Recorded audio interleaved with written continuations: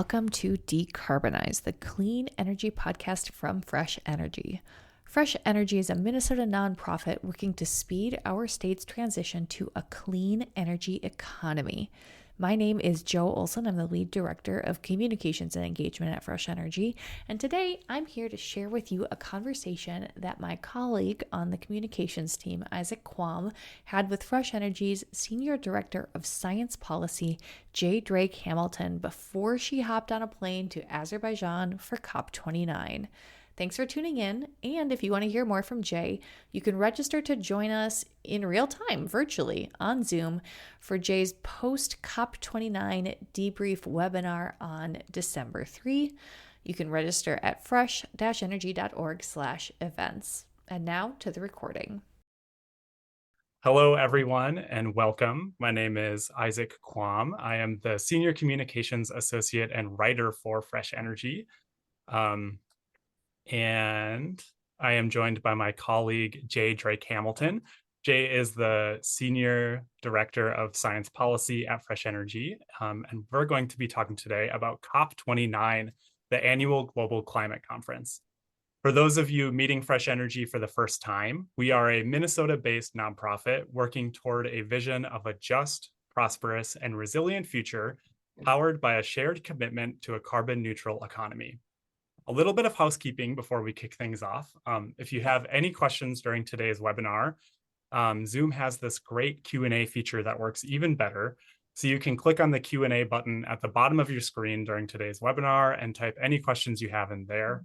We've left a good amount of time at the end of today's webinar for answering your questions. So please use that Q&A button at the bottom of your Zoom window to ask any COP29 questions you have throughout the webinar. As I mentioned, I'm Isaac, and I am joined by Jay today. Jay, you've been to quite a few COP summits now.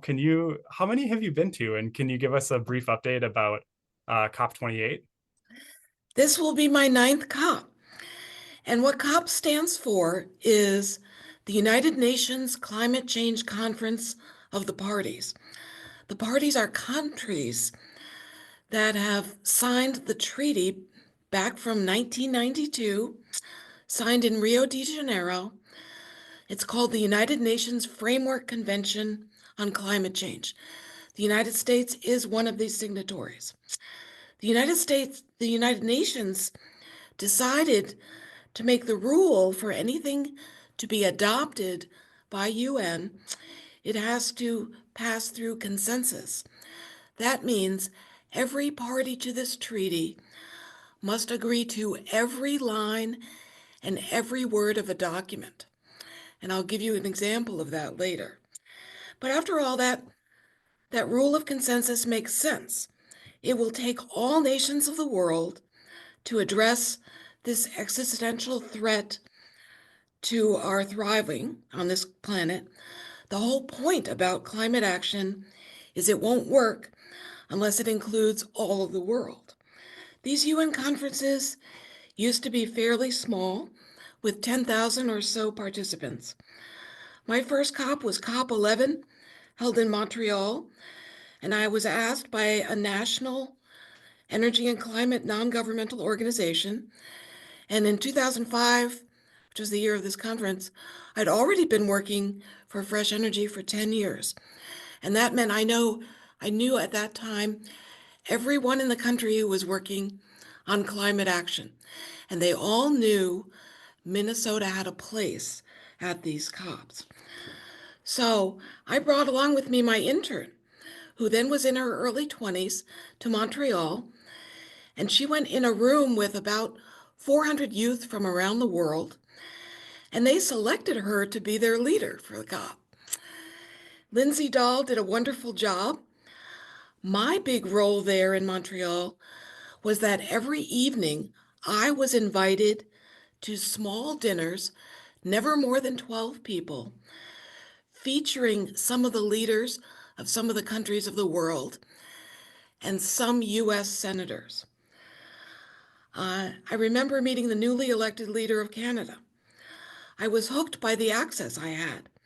It became clear to me that the best path forward was to reach for Fresh Energy's highest lever of access and pull it with all of our strength to get maximum progress on honoring this climate treaty. On my first day in Montreal, the St. Paul Pioneer Press editor called me up and asked me to submit an op-ed that was published when I was still in Montreal in the following week's Pioneer Press. My second and most impressive COP for all the world who benefited was at COP29 held in Paris in 2015. I was asked to speak about President Barack Obama's speech at a global press conference, and that was pretty impressive. President Obama was in Paris, one of 155 presidents who were under the same roof for the first time ever and since. The Paris Agreement was signed by 195 countries and was the biggest climate change set of decisions so far in the world. Since Paris, this will now be my 9th COP. Last year's COP in 2023 was in Dubai in the United Arab Emirates and was the largest ever, 100,000 participants. At every COP, I have had access to the head of the U.S. negotiating delegation. I meet with them with a small group of no more than 12 people, 12 Americans, and they always say Minnesota is always one of the states that matters. I have learned about diplomacy directly from the Special Presidential Envoy for Climate, who used to be John Kerry. I met with him one-on-one in Paris, Glasgow, Egypt, and in Dubai. And he has been very instructive to me. Now, this slide shows you the heart of what was decided last year in Dubai. The UAE consensus is really a consensus. It is a single-spaced document of less than 4 dozen pages, single-spaced, and it calls for unprecedented transitioning away from fossil fuels in energy systems in a just, orderly, and equitable manner, with the aim to achieve net zero carbon by 2050. When I say it was unprecedented, it was the first time the words fossil fuel ever were documented in a conference. And it also calls for globally tripling renewable energy capacity by 2030, and also by 2030, doubling global energy efficiency. These are central parts of the UAE consensus and agreed to by every one of 198 parties at Dubai. Thanks, Jay. I know it sounds like this year will be a lot different than last year. Can you set the scene for COP29? When is it? Where is it? Who's hosting it? Who's going to be there? All the nuts and bolts of this year's climate conference. Well, it is called COP29. It will be held November 11th through November 22. So just 10 days from now, COP will be ongoing, possibly with 40,000 or so participants. It will increase pressure on world leaders to deliver the climate finance required for much more aggressive, bolder climate action. We need a fair and ambitious climate finance outcome to underpin future progress. To get there, we're going to need a new level of what's been called radical collaboration. So what does that look like? The International Renewable Energy Agency was tasked with monitoring progress on the UAE consensus.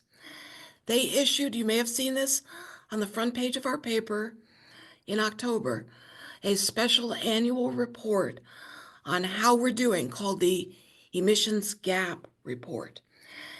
And at that time, the UN Climate Change Executive Secretary, whose name is Simon Steele, said, well, we've been meeting for intensively through June 2024 for 2 weeks, trying to get ourselves ready in Baku, Azerbaijan, to reach success.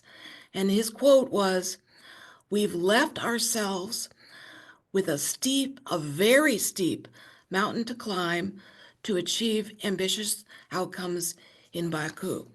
So this map shows you where Azerbaijan is, and the inset shows you where Baku is. Azerbaijan is a small petrostate on the Caspian Sea, nestled between Russia and Iran, and borders the countries of Georgia and Armenia. It is out of the way, under authoritarian rule, and hyper-dependent on fossil fuels. It is a country of about 10 million people. When I'm there, the U.S. Department of State tells me that I'll be under a level 2 travel advisory due to terrorism alerts. But things you should know about Baku. Back in 1902, when oil was discovered there, 50% of the world's oil came from Baku. Now, today, Azerbaijan produces fewer barrels of oil per day than Britain. So the next slide will show you some of the leaders in Azerbaijan. All right. So the president of Azerbaijan is known as His Excellency Mr. Ilham Aliyev. President Aliyev is a strong man. There will be $40 billion of investment from fossil fuel companies in Azerbaijan over the next 10 years. Those profits will stay within the presiding Aliyev family regime. It will not go to meet needs of the most impoverished citizens. In charge of the COP, the president of COP29 is His Excellency Mukhtar Babayev. He's currently the Minister of Ecology and Natural Resources for Azerbaijan. He's about 56 years old, so he's the one I will see most frequently. Now, it's interesting because in Azerbaijan, they have set up and made it a part of the process that they're going to include a troika of presidents from COPs. They will have the past president of COP28, the president from COP29, and they'll have the president from Brazil, which will be held in Belém. The negotiations and COP29 events are at Baku Stadium, a sports stadium.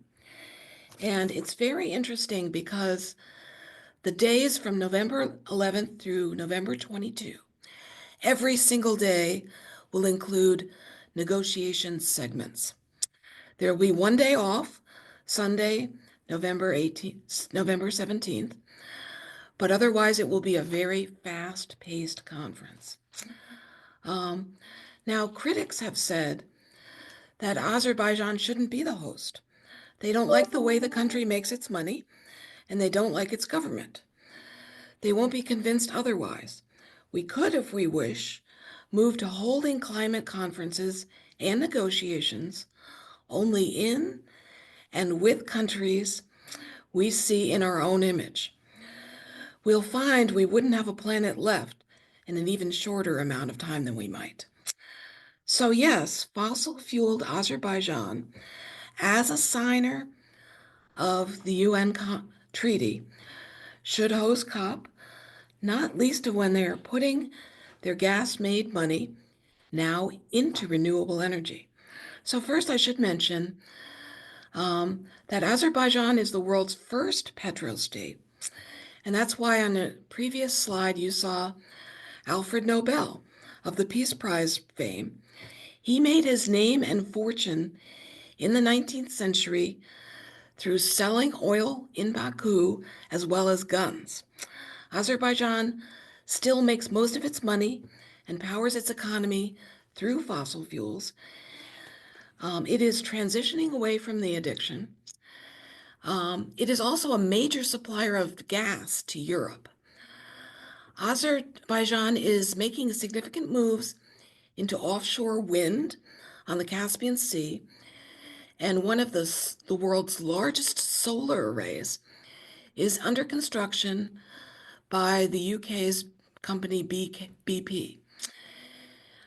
So it is not a good look for Western countries to be lecturing on the importance of immediate transition away from fossil fuels when so many of us are heading in the wrong direction ourselves. So this emission gas report that I mentioned that came out about 2 weeks ago, its verdict of the UN on climate progress over the past year said there was no progress.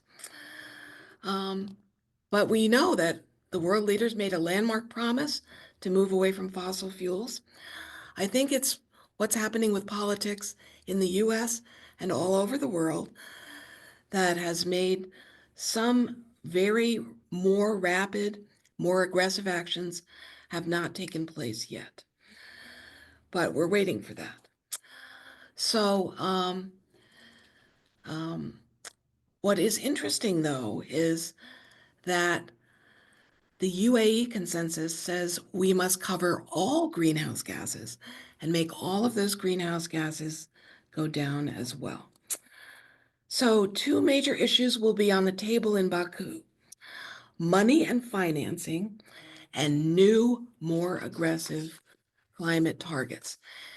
And at his end of a press conference, Simon Steele, the executive secretary of the UNFCCC, said, "We have only about 2 years to save the world." I know, and we've talked together, Jay, you've mentioned a lot of ways that this year's COP conference might be different than years past. And you've been talking about this so far, but in what ways do you think COP29 this year will be a lot different than a year ago? And what do you feel like is going well leading into COP29? There's a lot going well. First of all is the executive secretary of the Framework Convention, Simon Steele. He is terrific. He is essential for negotiating the current opportunities to substantially increase climate finance across to the developing world.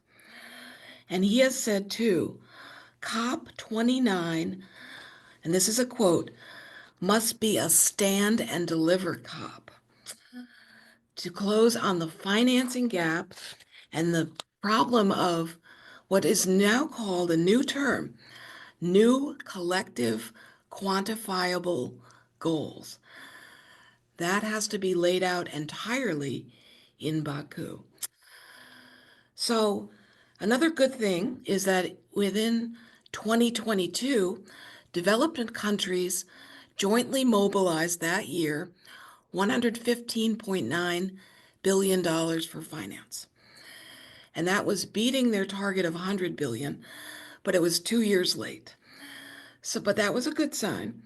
For COP29, the top climate negotiator, the top climate diplomat for the US is John Podesta, and he is a great choice.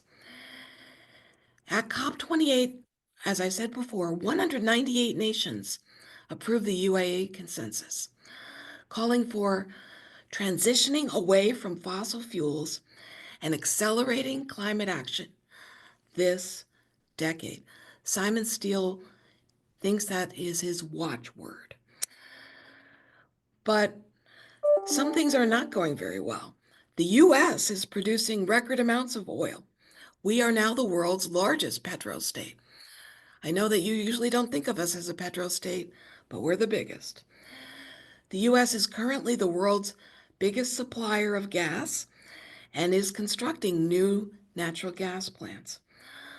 A growing share of the world's power, however, will come from clean sources, including solar panels and wind turbines. Last year alone, in 2023, nearly 86% of the new power generation built worldwide came from clean sources. That's fantastic news. But the catastrophic effects of climate change are with us, obvious to all of us. They are killing people. It's a grave situation. The good news, by 2030, the US under President Biden has committed to decrease greenhouse gases by 50 to 52% below 2005 levels. He's pledged to annually add to our roads 13 million electric vehicles. He is going to reach 100% carbon-free electricity by 2035, and the US will achieve a net zero emissions economy by 2050. That's why when you've been listening to Fresh Energy a lot and reading the news a lot, you see it's time to change our electricity mix. It's time to make substantial, now more cost-effective home improvements, to update our transportation, and to get cleaner air in our areas. Since the passage in 2022 of the Inflation Reduction Act, the US has created nationwide, get this, more than 330,000 clean energy jobs. In the US, there has been an 8% to 19% income increase for workers in just the last 2 years. And the COP presidents' troika, these three people, they have made three contributions. Number one, they are organizing at COP29 a methane and non-CO2 greenhouse gas summit to capture the other greenhouse gases. Secondly, the COP29 presidency calls on developed countries like the US to show significant progress on at least doubling adaptation finance by 2025, and underscores the need to balance adaptation finance and mitigation finance. We need both of these. The third thing the COP29 presidency has said is they welcome the countries of the G7's support for climate action, including its commitment to submit 1.5 degrees C, the limit of that, in their new climate action plans, and that these will phase out existing unabated coal power generation during the first half of the 2030s. So these are big commitments. Yeah, I know there's a lot of climate conversations that happen concurrently at COP each year. What do you think are the most important things that must be agreed upon during COP29? Well, the very first of these is covered, I think, in the next slide. Okay. And that there is a deadline set. And the deadline is set for February 10th, 2025. And that is for every country that's a signer of this treaty to come out with new, much more aggressive climate action plans informed by the science and fostering the huge investments needed to flow from private capital to developing countries. So what this means is that a critical issue for negotiation is this new term I've been using, the new collective quantified goal, which is usually used by the shorthand NCQG. Doesn't exactly like roll off your tongue. This is about climate finance. And this must be adopted in Baku and would help set the agenda for reliable finance flows consistent with the climate goals outlined back in 2015 in the Paris Agreement.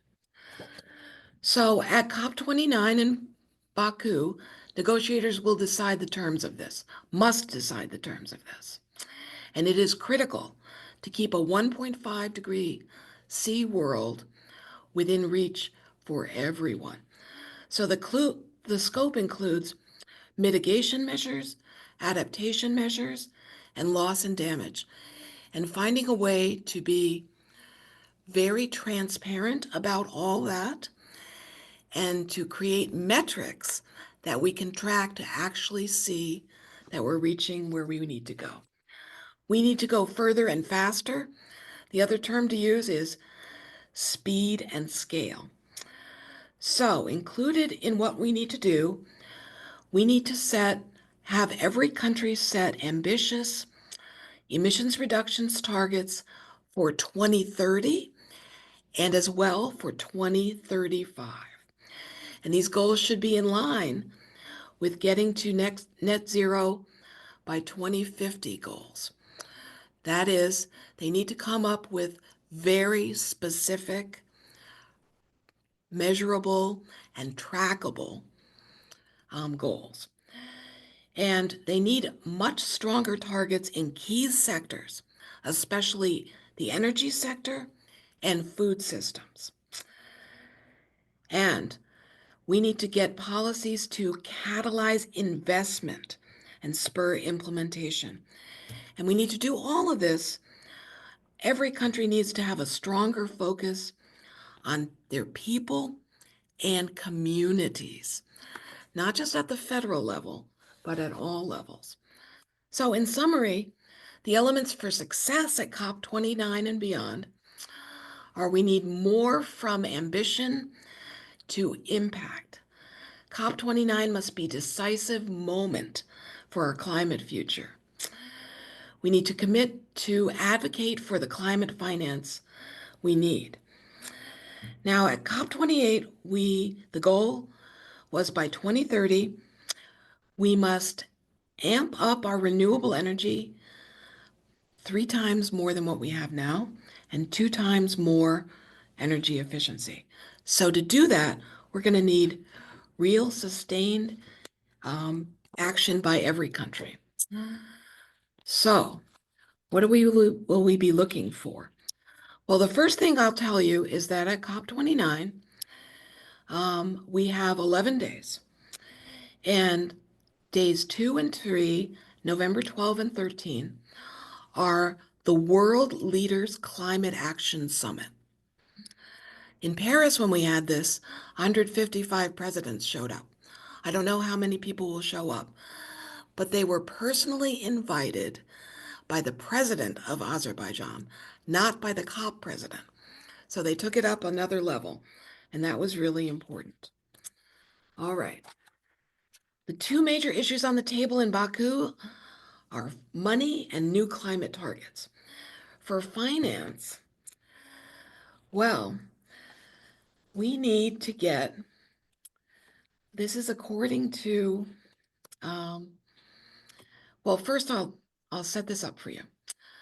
The national climate plans that are due on February 10th, 2025, and many of the leaders of G7 countries have already said, we will get our new climate plans to the other parties before they're due in February 10.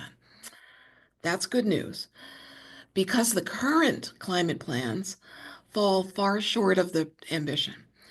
They mean that they put the world on track of temperature rise in the range of not less than 1.5 degrees C, but in the range of 2.5 to 2.9 degrees C, which would be disastrous. Now, how much money do we need to have flowing from developing nations to developed nations to pay them for loss and damage? The UAE decision back in COP28 said that the amount of money needed in this period through 2030 is about $9.5 trillion. The only way to get that amount of money is not coming from countries, because most countries can't afford that. Where this money lies is in private investment possibilities.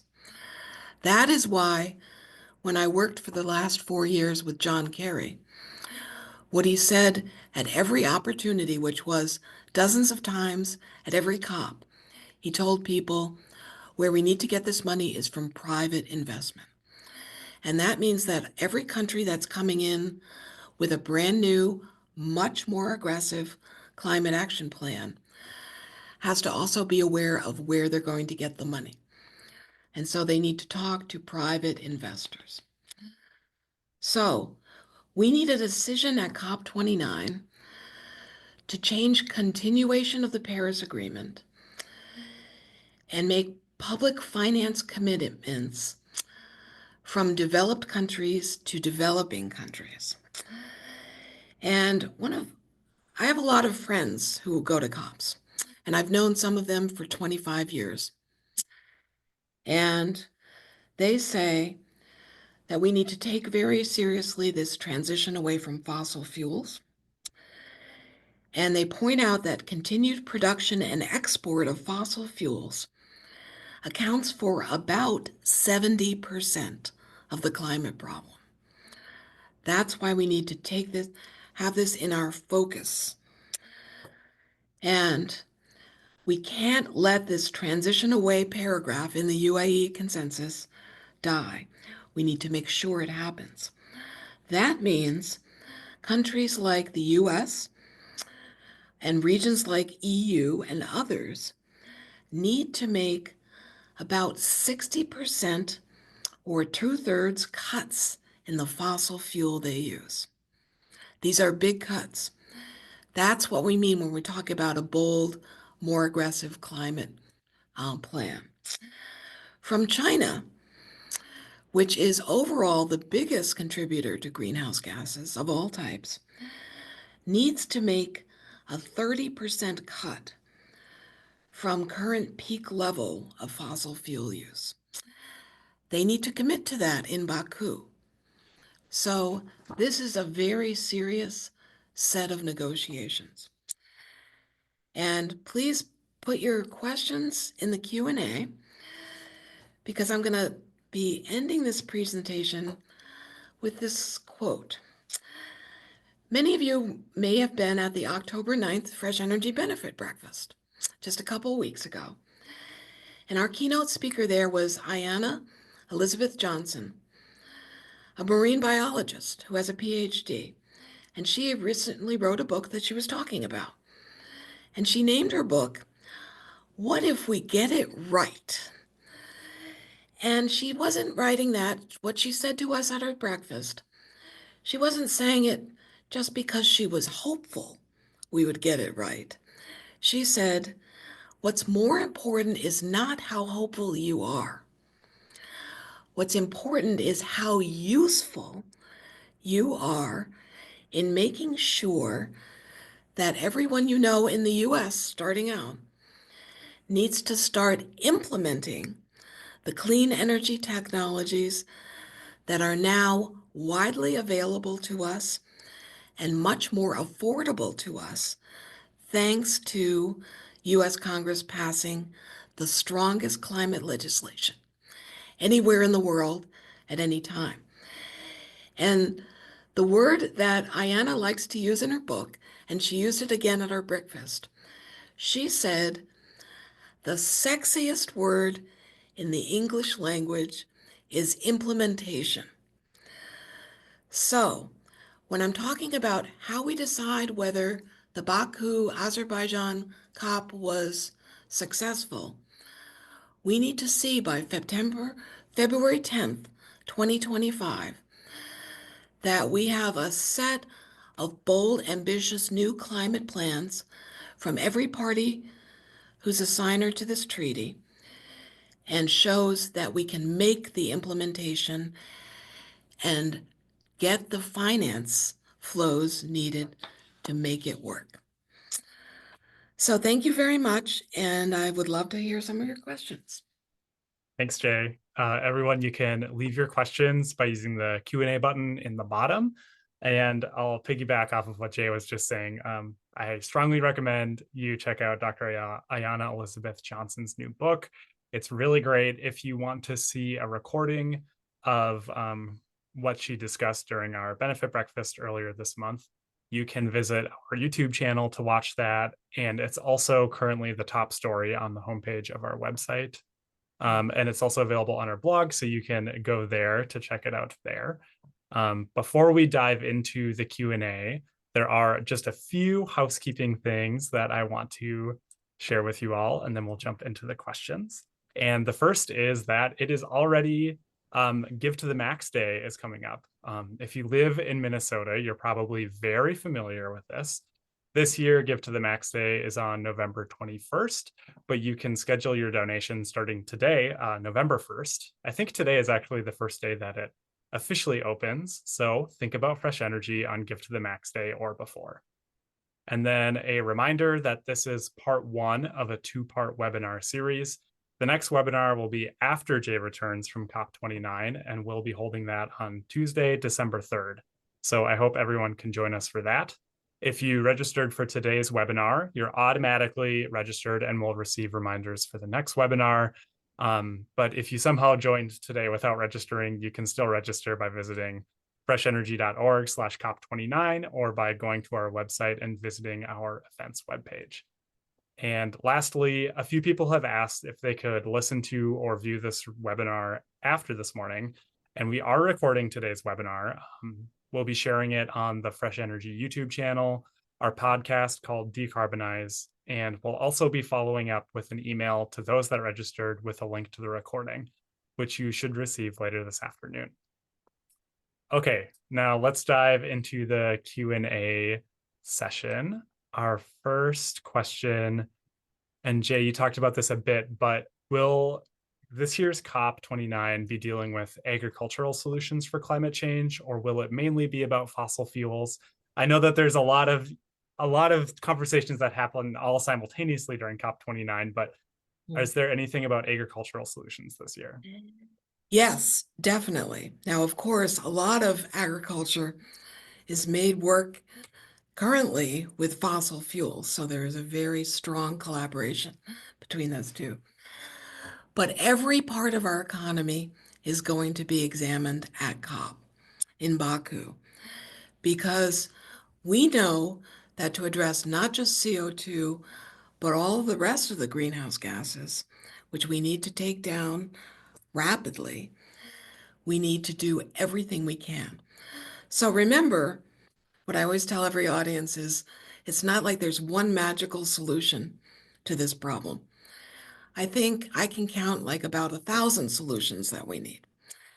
The good news is about 85% of those solutions already exist and are sometimes the cheapest way to move forward. So agriculture will definitely be a part of almost every discussion.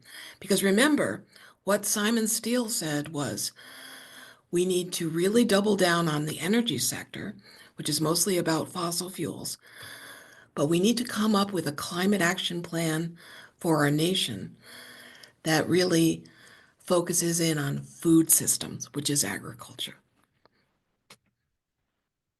We have another question. What are you personally most looking forward to during this year's climate conference? Yes, and this will be a really different COP, because last year was in UAE and there were 100,000 people there. And Dubai has a lot of money and has a lot of space and was letting almost everyone who said they wanted to come in. That has not been the case in this COP.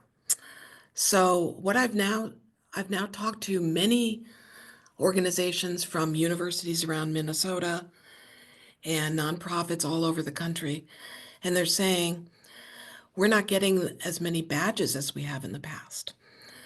Most organizations are getting one badge.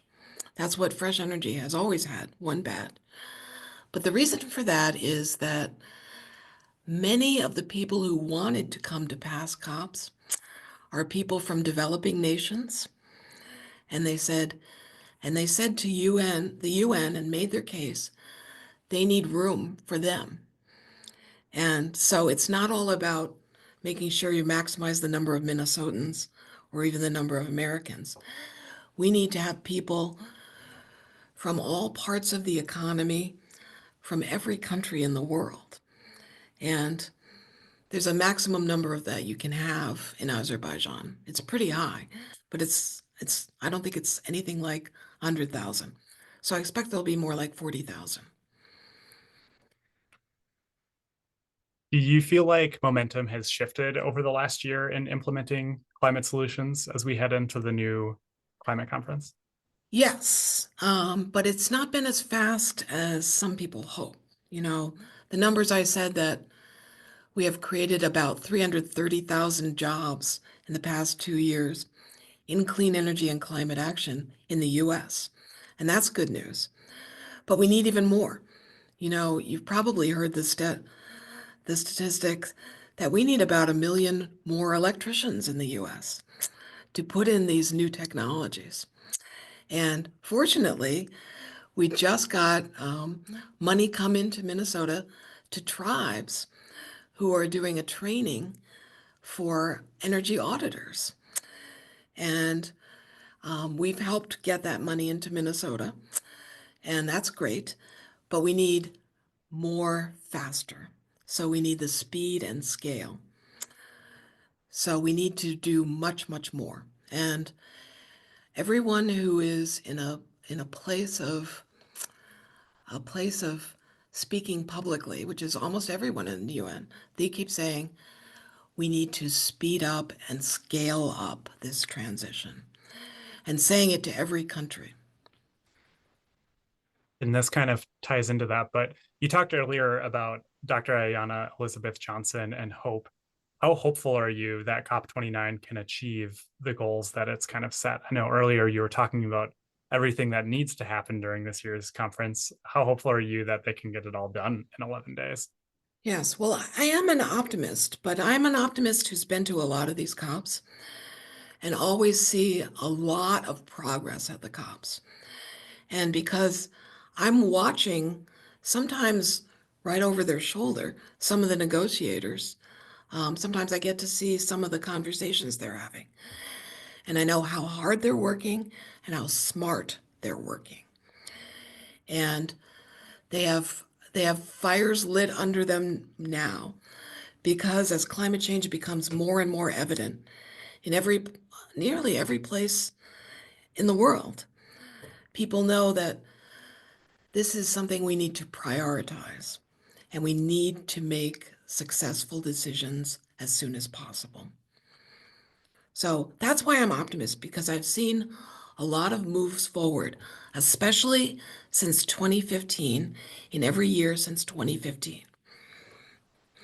And I would say that one thing that makes me be confident and hopeful is that our leading climate negotiator, our leading climate diplomat, John Podesta, he has been to China many times since he took over as the climate diplomat in March of this year.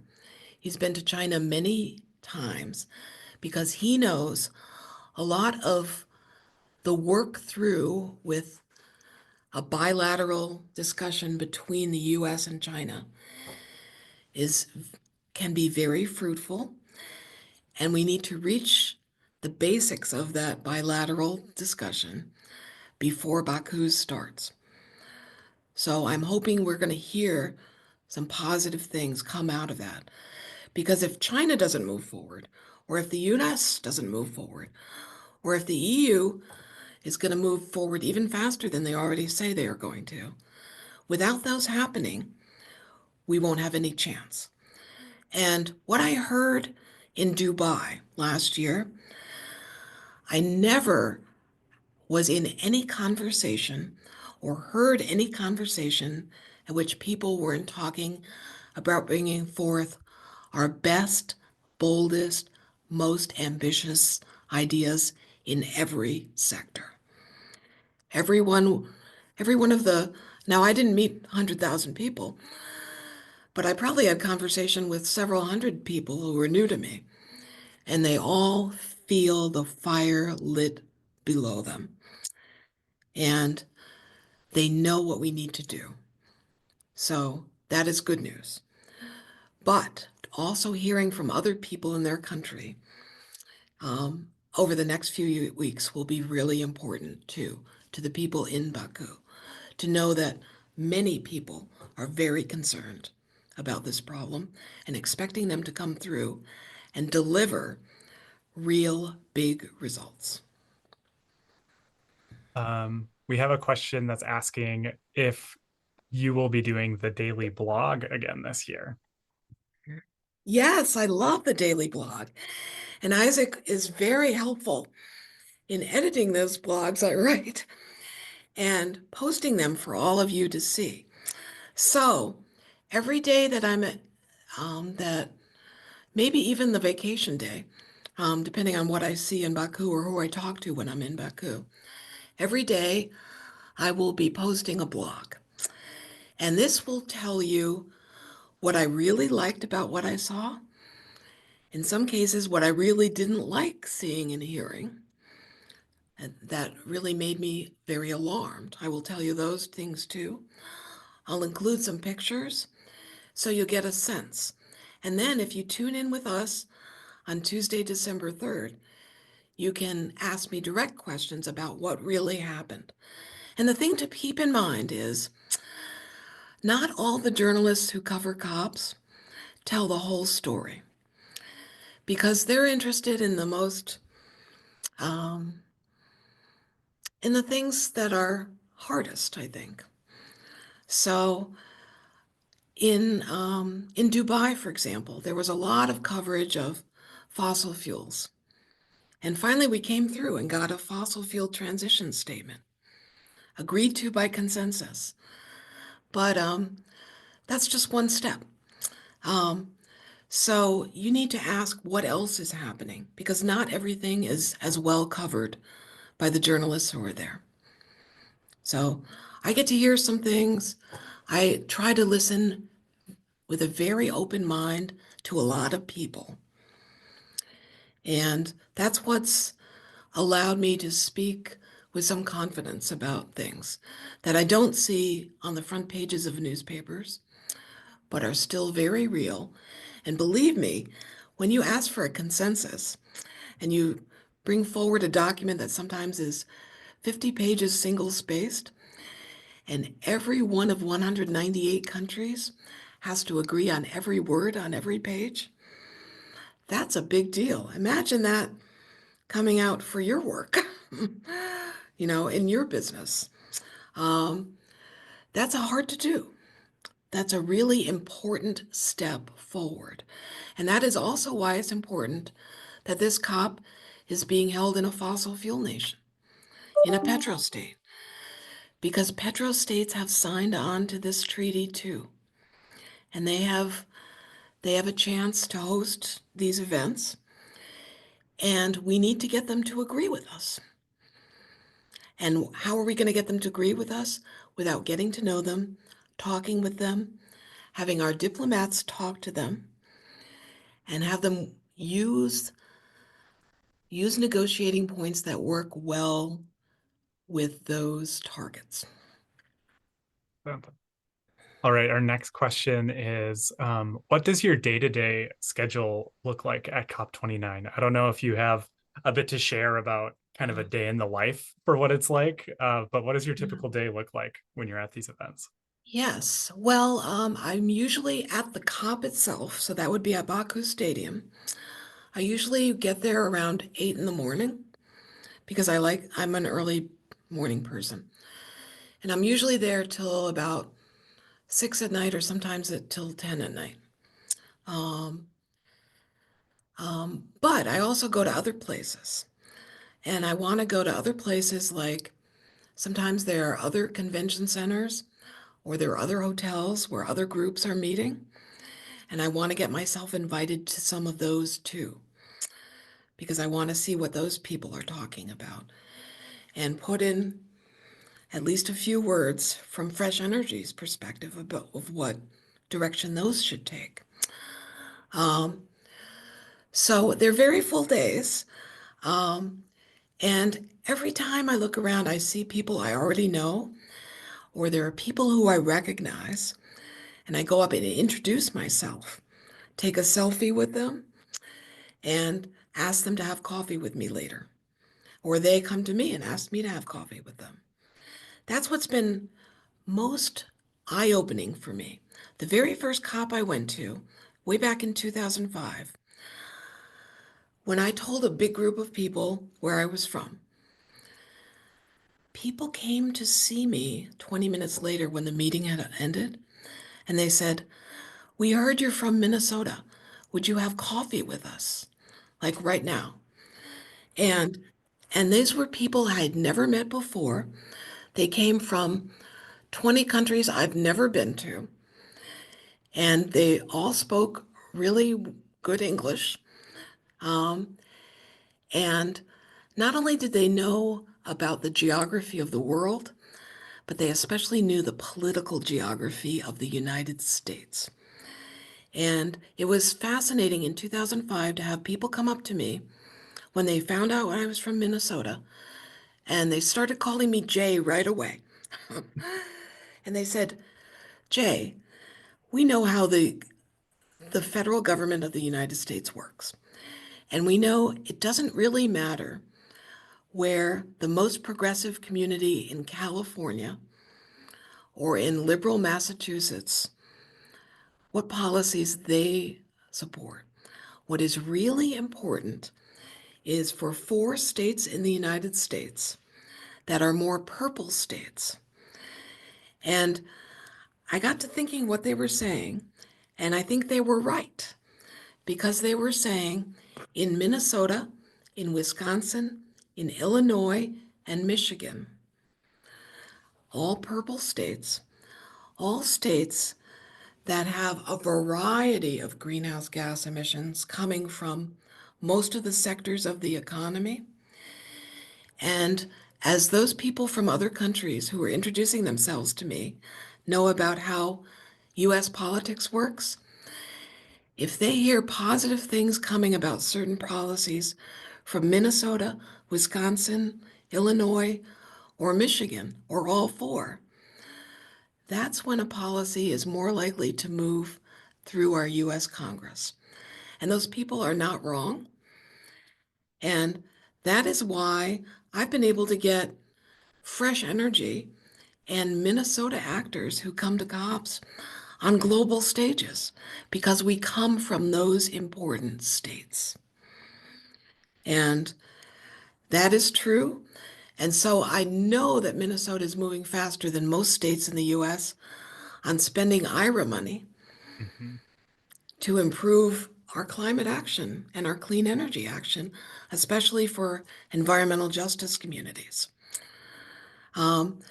And it was interesting when 20 years ago, I heard those same things coming from small countries that I didn't even know where they were located in Africa, that they knew more about my political geography than I yet knew. So that was eye-opening. And that is why I get energized by going to COP, because the more people I know from many places, the better informed I am, and the better I can get my work done, and Fresh Energy can get our work done. So you've been going to COP since 2005, I think you said your first year was. Yes. So we have a question here that's asking how your role at COP29 representing fresh energy has changed over the years, if it has.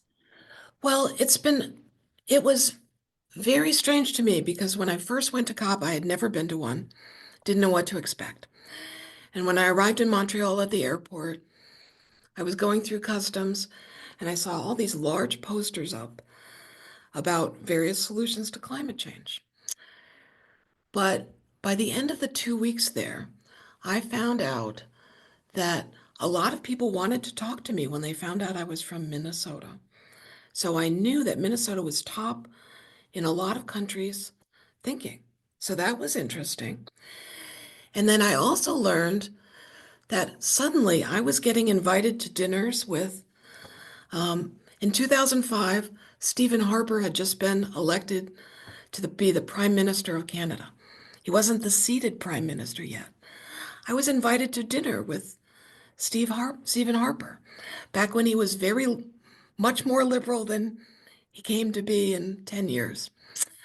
And that was fascinating. Why was I selected for that?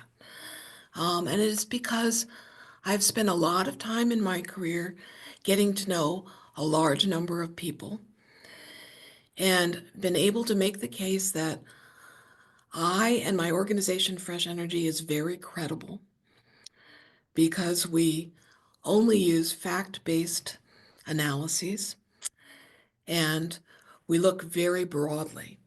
And we're trying to make sure that everyone will benefit from policies that we support. And so I've never had problem getting on a stage at COP. And it's because I listen more than I talk. And then I will talk. But what I'm trying to do is have conversations and convince people that there may be another way to think about this problem and solutions to the problem.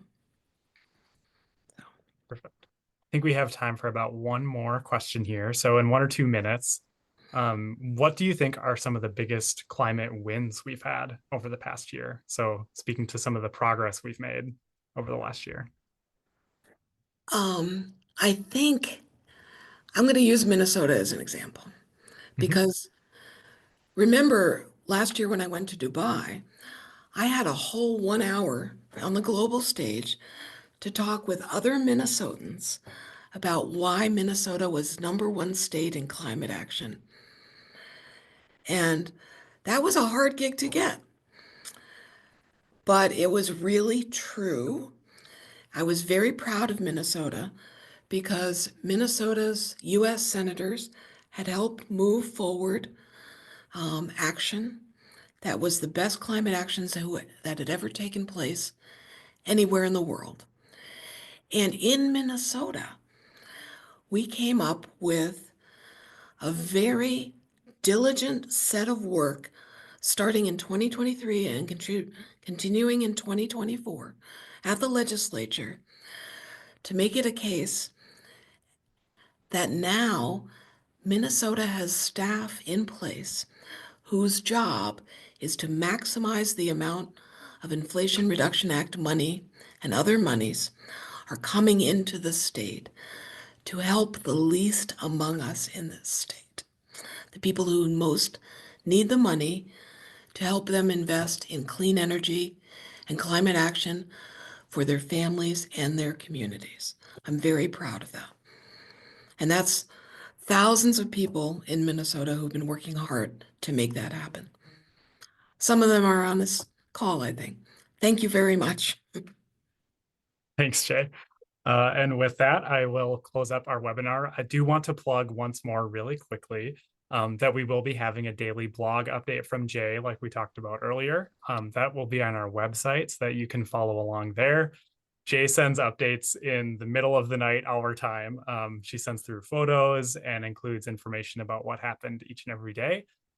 So we'll be getting that up on the website soon, and it'll start on the very first day of COP. Thank you so much, everyone, for being with us, and I hope you have a great afternoon and weekend. Stay tuned for part 2 of our series on Tuesday, December 3rd. Have a great rest of your day. Thank you, everyone. Thank you for tuning in to this episode on Decarbonize, the Clean Energy Podcast from Fresh Energy. You can stay up to date on Fresh Energy's work at fresh-energy.org or follow us on social media. And again, if you want to attend Jay's post-COP29 debrief on December 3, you can register on our website. There's a button for events in the upper right corner. Just click there, find the event, and register. And if you live in Minnesota, you probably know Thursday is Give to the Max Day. It's November 21st, and that is Minnesota's official, call it what you will, giving holiday. You can support Fresh Energy's work on Give to the Max Day by scheduling a donation, and you'll support our work driving bold policy solutions to achieve equitable, carbon-neutral economies here in Minnesota and beyond. Head to our website for the latest news, to register for upcoming events, and to make a donation. And thank you to Minnesota-based band Palm Psalm for the use of their song, DGAF, off of their album O2 Haka, for our theme music. Thank you for tuning in.